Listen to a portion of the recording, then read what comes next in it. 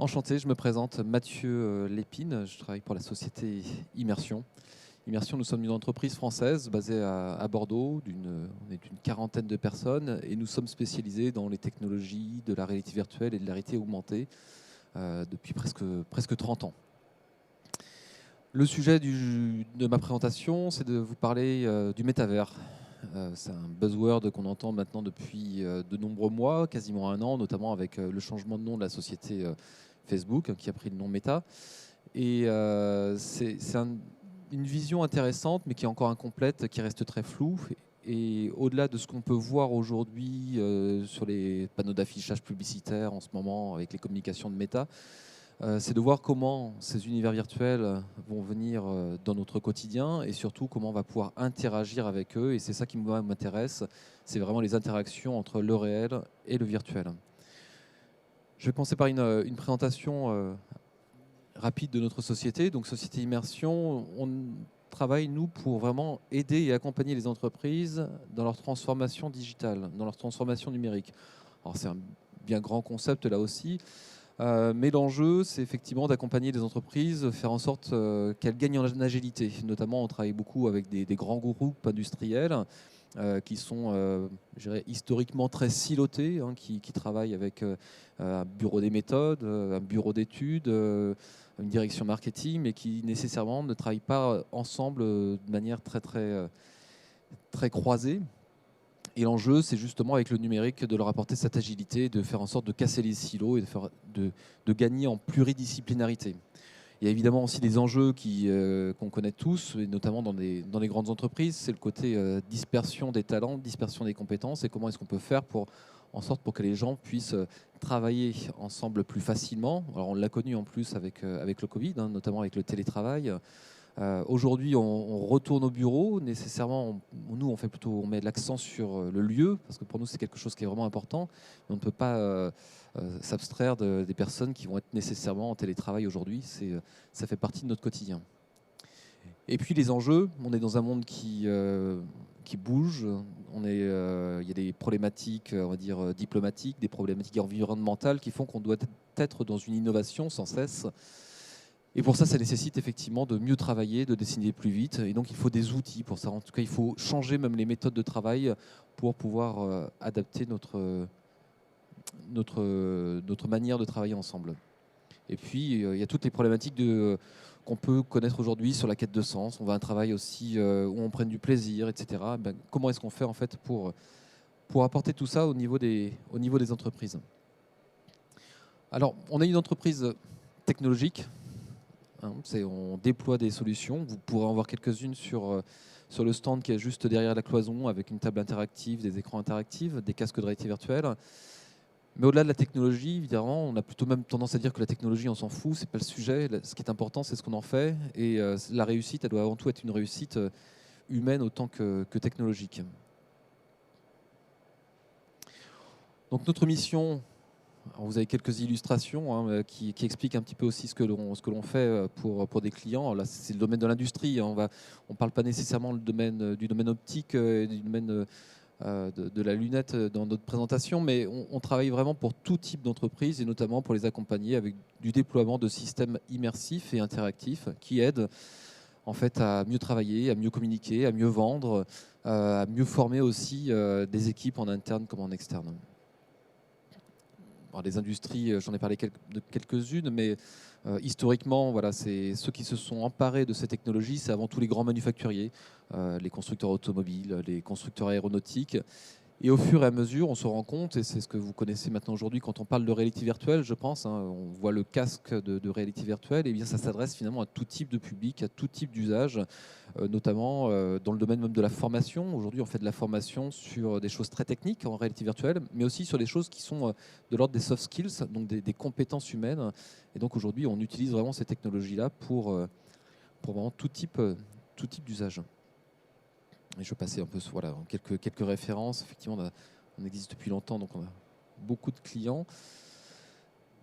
Et pour nous, j'en parlais tout à l'heure, l'innovation est aussi quelque chose de très très important. C'est des choses sur lesquelles on mise énormément. On a une vingtaine de brevets, ce qui est assez original pour une entreprise de taille comme la nôtre, mais c'est vraiment clé parce que c'est aussi notre liberté, les brevets. C'est de permettre de continuer à utiliser nos technologies, des technologies françaises, et qui sont reconnues vraiment dans le monde entier, et avec en plus de ça, pour supporter cette innovation, toute une équipe pluridisciplinaire là aussi, parce qu'on est dans des métiers qui ne sont pas uniquement des métiers de développeurs avec des gens derrière des ordinateurs, mais aussi des gens qui font de l'optique, justement. On a aussi dans nos équipes des gens qui font de l'optique, des gens qui sont des designers, hein, des gens qui font du design d'interface, mais également du design d'expérience, parce qu'avant tout, on travaille pour des utilisateurs. Donc, c'est des ingénieurs cogniticiens qui viennent comprendre le métier, vos métiers, par exemple, voir comment vous travaillez, et essayer de se projeter aussi pour vous apporter des solutions qui répondent vraiment à vos besoins. Je passais sur les partenaires. Et pour répondre à ces problématiques, donc vous avez vu, on délivre des solutions, des matériels qui ne sont pas uniquement les nôtres. On parlait de casques de réalité virtuelle ou d'écrans, ce genre de choses. Ce n'est pas des produits qu'on fabrique, qu'on conçoit. Mais en revanche, on a décidé, nous, d'investir dans une plateforme qui s'appelle Sharing et qui, elle, permet d'apporter de l'intelligence finalement à tous ces outils qui sont des super produits technologiques, mais qui nécessitent d'avoir une petite intelligence pour mieux les connecter entre eux et surtout pour connecter les personnes qui vont les utiliser, pour être plus efficaces et dans le monde de l'entreprise, du coup, apporter ce que nous on appelle un vrai terrain de jeu, mais pour travailler ensemble. Donc le sujet de la présentation, c'est de parler du métavers, ou j'allais dire des métavers en fait. La définition n'est pas toujours connue de tous, elle est encore floue et puis elle n'est pas forcément exacte ni parfaite aujourd'hui. Mais il y a quand même quelques informations qui sont importantes et qui méritent d'être surlignées, notamment. Donc je vais la donner rapidement, mais on a donc l'idée, c'est que les métavers sont des univers virtuels 3D persistants et interopérables dans lesquels les utilisateurs communiquent sous forme d'avatar. Il est possible d'y réaliser des transactions et le tout repose sur le Web 3 qui préfigure le futur de l'Internet, un Internet décentralisé basé sur la blockchain. Alors là-dedans, il y a plein de mots-clés, mais il y en a quelques-uns qui sont vraiment, pour nous, hyper importants, notamment. Déjà, on parle de 3D, effectivement. On est peut-être derrière des écrans ou avec des casques, mais c'est vrai qu'on est dans des univers qui sont nécessairement pensés en 3D, que ce soit des univers totalement virtuels ou des univers qui augmentent notre réalité. On est dans la 3D. Le côté persistant est aussi très important. C'est-à-dire que ce n'est pas comme un jeu vidéo dans lequel on va se projeter et une fois que je l'éteins, ça se termine. Non, un univers persistant, c'est des univers dans lesquels vous allez pouvoir aller rencontrer du monde, mais quand vous en partez, il continue de vivre. C'est ça, cette persistance. Interopérable, et l'interopérabilité, c'est quand on imagine effectivement les métavers, aujourd'hui, c'est d'avoir un peu comme ce qu'on a aujourd'hui sur Internet. On passe d'un site Internet à un autre site Internet. Les protocoles sont les mêmes, ce qui fait qu'on a un seul navigateur qui nous permet de naviguer de l'un à l'autre. Mais c'est aussi ça, c'est la standardisation, le fait d'être interopérable. Et derrière ça, il y a encore d'autres concepts évidemment qui se cachent. Le Web 3, on en parle de plus en plus. Le Web 3, c'est vraiment le futur de l'Internet. Alors, on a parlé du Web 1.0. Bon, à l'époque, on parlait du Web tout court. Il y a eu le Web 2.0. C'est le Web qu'on connaît aujourd'hui, le Web social qu'on peut enrichir. Et on parle du Web 3. On ne dit pas 3.0 parce qu'on s'est rendu compte que 2.0, finalement, il n'y avait pas eu 2.1, 2.2. Donc, finalement, on parle de Web 3, c'est très simple. Et le Web 3, donc, c'est vraiment ce nouveau concept de l'Internet, donc qui repose sur des tuyaux, pareil, sauf qu'on n'est plus dans un concept centralisé avec des serveurs qui contiennent toute la donnée. On est dans un concept beaucoup plus diffusé. C'est-à-dire, c'est en gros, pour ceux qui connaissent, le peer-to-peer, entre guillemets, enfin en tout cas des données qui sont répliquées, qui sont un peu partout et qui ne sont pas centralisées sur un même ordinateur. Ce qui permet du coup une meilleure protection aussi des données privées. Et ça, c'est vraiment des notions qui sont hyper importantes derrière le Web 3. Et pour ça, on va utiliser notamment la blockchain pour justement faire en sorte que les transactions et les données soient sécurisées en fonction des échanges. Donc voilà une définition qui n'est pas nécessairement parfaite, mais qui a le mérite d'exister. Et puis, alors peut-être pour refaire un tout petit peu l'histoire du métavers, on a quelques grandes dates comme qui jonchent effectivement l'évolution du sujet. 92, c'est la sortie d'un livre qui s'appelle Snow Crash de Neil Stephenson, qui était le premier livre à vraiment mettre le nom métavers à porter cette notion de métavers. Il y a eu d'autres évidemment livres et romans sur des sujets assez connexes, mais c'est vraiment un élément fédérateur et fondateur. En France, on a été aussi très très précurseur. Alors, c'était pas tout à fait ce qu'on appelle un métavers aujourd'hui, mais c'était quand même très proche. En tout cas, il y avait des briques qui existaient avec le deuxième monde. Le deuxième monde, c'est ça, là. C'était à l'époque sur des CD-ROM, hein. Et c'était un monde virtuel qui était développé par Canal+, qui n'a pas fait qui a pas vraiment fait long feu non plus, mais qui a été quand même très précurseur et qui a été notamment précurseur par rapport à un monde, lui, qui a eu beaucoup plus de succès, c'est Second Life. Second Life, je pense que certains d'entre vous ont connu, ont peut-être déjà testé. C'était déjà ces mondes virtuels qui étaient persistants pour le coup, parce que vraiment on pouvait y vivre, avoir son magasin, etc. Et depuis, on a des nouveaux produits, des nouvelles plateformes pardon, qui sont arrivées, notamment comme Roblox, et encore plus proche de nous, Decentraland, un peu plus haut, qui sont déjà des univers plus proches de la définition du métavers, parce que décentralisés, parce que reposant sur la blockchain, parce que utilisant les NFT. Tout le monde a dû entendre parler des NFT. Ça a fait beaucoup rire aussi les NFT, mais c'est normal. On est un peu en fait en haut de la courbe. Hein, c'est la hype. Là, ça va chuter, mais on va revoir ça arriver dans plusieurs années avec une utilisation beaucoup plus mature. Mais les NFT, c'est ce qui va permettre justement dans les univers virtuels, eh bien, de rendre tangible et de valoriser finalement des assets, des biens immatériels. Donc effectivement, aujourd'hui, acheter dans un univers virtuel avec des transactions classiques, traditionnelles, un produit, je sais pas, j'achète pour mon avatar une veste, eh bien cette veste, j'ai aucun moyen, sans les NFT, de pouvoir la revendre, de la réutiliser dans un autre univers, etc. C'est ce que vont nous apporter les NFT, ce qui fait qu'en fait, on va vraiment valoriser, pouvoir revendre et créer une véritable économie dans le virtuel. Ready Player One, je pense que le film a fait quand même un certain succès, donc je pense que vous êtes nombreux à en avoir entendu parler. Et puis, plus proche de nous, donc 2021, effectivement, c'est le changement de nom de Facebook. Qui s'est transformé en méta avec notamment ces univers virtuels. Voilà. Et donc cette courbe, certains d'entre vous la connaissent peut-être, c'est ce qu'on appelle Life Cycle de Gartner, donc qui est en fait une courbe qui illustre vraiment tout le processus d'innovation et des nouvelles technologies, dans le sens où en général on part d'un moment où personne ne connaît évidemment la technologie, et puis quand ça prend très vite. Et on va arriver tout en haut, à ce qu'on appelle la hype. C'est là où tout le monde s'y intéresse, tout le monde en parle. C'est ce qu'on vit exactement en ce moment avec le côté métavers. C'est pour ça qu'on en entend tout le temps parler actuellement. Mais généralement, on n'est pas à l'abri que ça chute. Et que là, pendant 2, 3 ans, 4 ans, plus, ça dépend vraiment des technologies. Bon, on n'entend plus du tout parler de tout ça. On appelle ça the Shrew of Disillusion en anglais. Je ne sais même pas comment le traduire correctement en français, mais enfin bref, c'est la vallée de la désillusion. Et là, il se passe, disons qu'on n'entend plus parler de quoi que ce soit, mais c'est là où c'est intéressant aussi, parce que c'est là où on gagne la maturité, en fait. C'est-à-dire que tous ces concepts dont on a parlé ici, dont tout le monde s'est un peu gossé, eh bien, une fois qu'on n'entend plus parler, justement, ils vont gagner en maturité. C'est là où ça va continuer à travailler. C'est là, en fait, où les gens travaillent réellement sur les sujets, hein, avant que ça devienne quelque chose, en général, de mainstream. Ce sont des hypothèses, hein. C'est une hypothèse, et on imagine effectivement assez bien que les concepts de métavers vont être quelque chose de beaucoup plus mainstream. Et quand je parle de métavers, c'est vraiment au sens de la définition que j'ai apportée tout à l'heure, aux alentours des années 2030-2035. Voilà, c'est pas une prédiction, hein. S'il y a des photos, tout ça, j'ai rien dit, hein. Je vois qu'il y a des photos, ok. Mais globalement, c'est un peu ce qu'on peut imaginer.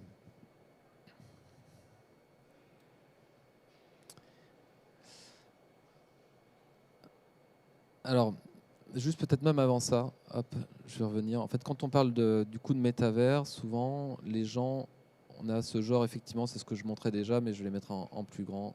Hop. Voilà, effectivement, c'est souvent ce qu'on imagine. Voilà, des univers dans l'imaginaire de Ready Player One ou de ce que propose Facebook. Donc, on est complètement immergé dans un monde virtuel. Donc on s'imagine effectivement très bien demain, évidemment, passer toutes nos journées entières avec un casque sur la tête. Ça va être formidable, c'est ça le futur. Non, nous on ne souhaite pas du tout que ce soit ça le futur d'ailleurs, mais c'est cette vision Zuckerbergienne du métavers. Bon, on en pense ce qu'on veut, mais nous on imagine qu'effectivement ça peut être une partie des univers et des expériences qu'on va vivre demain, mais ce n'est pas nécessairement comme ça qu'on voit les choses. En fait, au-delà de ces univers totalement virtuels, il y a un concept qui existe dans ces technologies-là. C'est pas récent d'ailleurs. Quand on parle de tout ça, de la réalité virtuelle, ça date de plus de 50 ans. Donc il y a quand même des chercheurs qui ont vraiment travaillé sur le domaine. Et notamment, ça c'est une illustration d'un concept de Milgram et Kishino, qui sont deux chercheurs, donc ça date de 94, qui expliquent qu'on couvre avec la réalité virtuelle et la réalité augmentée, toutes ces technologies-là, en fait, tout un panel de solutions qui partent vraiment de la réalité, de celle qu'on connaît, physique, pour aller jusqu'au monde complètement virtuel. Les images que je présentais juste avant. Et entre les deux, il se passe plein de choses. On va vraiment, du coup, mettre le curseur à différents endroits pour simplement soit augmenter la réalité. C'est ce qu'on le voit avec certains produits, des lunettes connectées, par exemple, qui affichent déjà ce qu'on appelle un affichage tête haute. C'est déjà de la réalité augmentée. Voilà. Et puis, si on va un tout petit peu plus loin, on va aller maintenant mixer le réel et le virtuel. Et donc là, on va vraiment être dans la réalité mixte. C'est-à-dire que je vais avoir des objets qui vont vraiment on dit colocaliser avec le réel. Donc je vais pouvoir poser un hologramme. Je peux très bien poser un bouquet de fleurs sur cette table qui soit un bouquet de fleurs virtuel. Je vais pouvoir tourner autour. Et là, on va vraiment être dans la réalité mixte. Et puis, avant d'aller complètement dans la réalité virtuelle, eh bien, on va aussi avoir un concept qui s'appelle la virtualité augmentée. Et là, pour le coup, on imagine effectivement qu'on est dans un système complètement virtuel, mais dans lequel on va pouvoir faire apparaître et faire surgir des éléments réels. Donc il faut avoir aussi ça en tête, c'est-à-dire que le métavers, ce n'est pas uniquement quelque chose dans des univers virtuels, il y a toutes ces possibilités-là qui sont à notre disposition. Alors on parlait juste aussi je parlais de réalité augmentée ou de réalité mixte. Alors, il y a des choses qu'on peut imaginer un peu comme ça. Ça va un peu fort.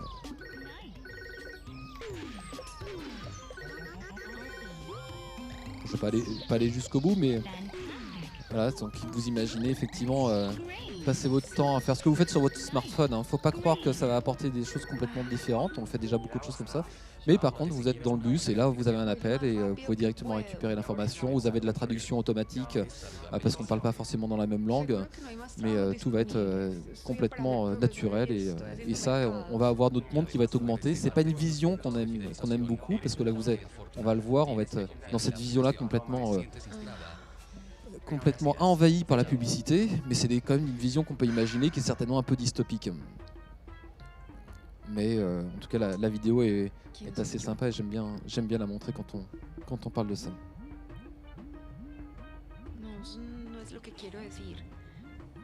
Allez, je ne vais pas la faire tourner forcément tout le temps, mais hop. Et pour ça, on se dit, oui, il faut quand même des produits pour imaginer avoir un univers augmenté comme ça. Alors, il y a quand même des choses qui existent et qui évoluent énormément. Il y a des choses comme ce concept-là, cette lentille connectée de Mojovision, qui est une lentille qui contient à la fois sur ce petit morceau des capteurs de mouvement, motion sensors, des capteurs d'image qui filment, une batterie et également un écran. Voilà. Donc ça, on peut imaginer dans un futur plus ou moins proche avoir peut-être une vision de ce qu'on voyait dans la vidéo juste avant et qui tient juste sur une lentille. Alors évidemment, on est très très loin d'avoir quelque chose d'exceptionnel aujourd'hui, mais c'est déjà une vraie prouesse technologique et on n'est pas du tout dans quelque chose qui va permettre d'augmenter son univers visuel avec une précision comme vous pouvez le voir dans la vidéo, mais c'est quand même des choses qui existent déjà, donc c'est pas complètement illusoire. Plus réaliste, on a aussi déjà des solutions qui existent. Voilà, là c'est Microsoft HoloLens. On augmente des opérateurs. Donc ça, c'est des solutions qu'on propose pour des constructeurs. Là, c'est Renault Trucks. On vient augmenter le champ de vision de la personne, par exemple, pour faciliter le travail et faire du montage pas à pas ou justement là, c'était du contrôle qualité. Même chose chez Alstom, des solutions qu'on développe notamment pour faire de l'aménagement de trains. Voilà, donc on a une expérience qui permet, dans une rame blanche, d'aller projeter de l'information. Donc là, c'est plutôt une petite démonstration. Et puis ensuite, on va faire un configurateur dans une rame de train directement. Donc ce que l'on voit là, c'est ce qu'on voit réellement dans le casque. C'est pas que du montage vidéo, c'est pas fake, c'est une réalité. C'est un produit qu'on a développé qui fonctionne. Donc sur la base de ces lunettes de Microsoft. et qui permettent effectivement d'aller afficher n'importe quel type d'image, donc pour le superposer à la réalité. Donc là, on a des ingénieurs, des designers qui vont faire leur choix, qui vont présenter différentes configurations, qui vont accompagner leurs clients dans les configurations notamment. Et puis on va même pouvoir, sur d'autres étapes, on va le voir tout de suite après, aller accompagner des techniciens qui vont faire notamment de la maintenance.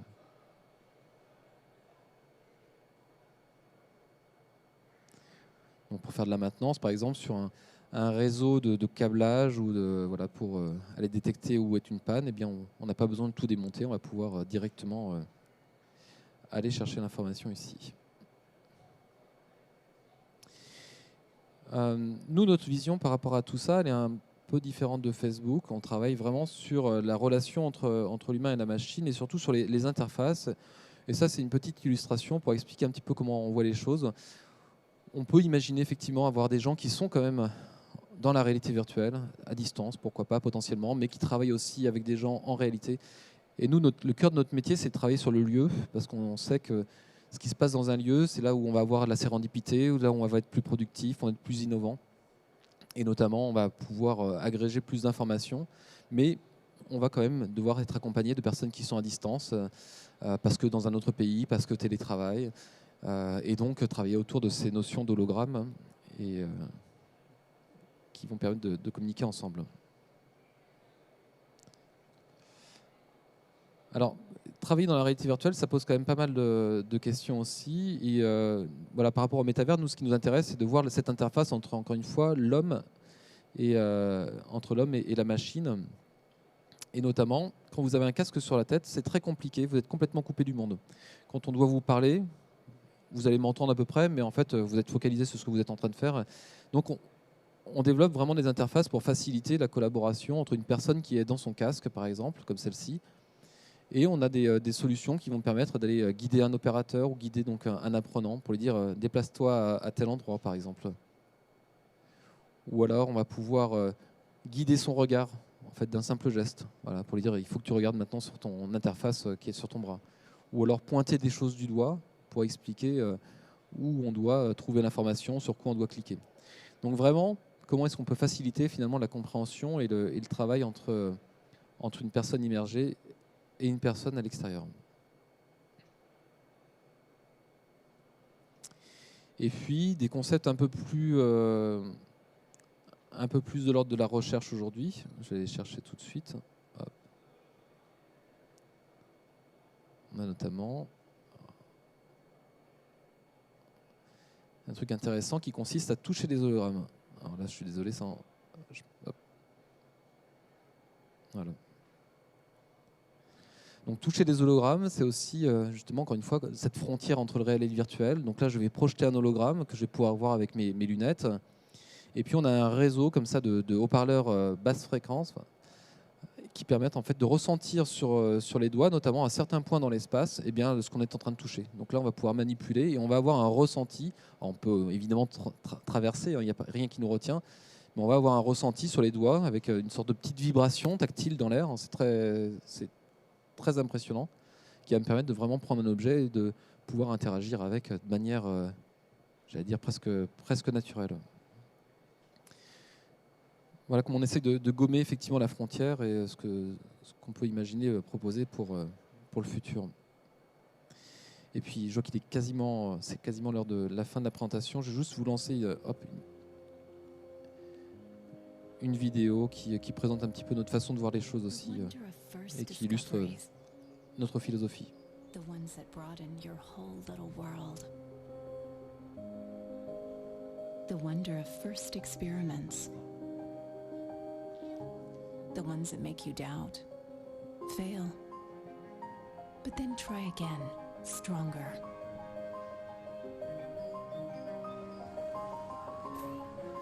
The wonder of first challenges.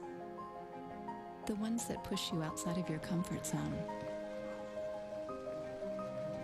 and make you the best at finding solutions.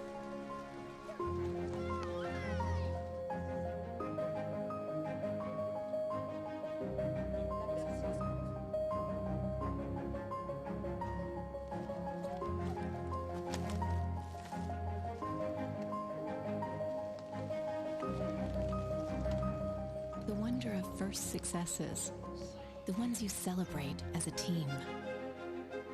They make you grow. They build you to become who you are. They give you that fire, that burning desire to learn, try, create, and then the magical moment occurs. The one when everything enlightens. That transition towards a new era. Rediscovering the world under another angle. Immersing yourself in a dimension yet to explore. And you keep your will to go further. Your ability to be filled with wonder. Never forgetting the child in you. Loving the future yet to unveil. Immersion. Voilà, écoutez, merci à tous.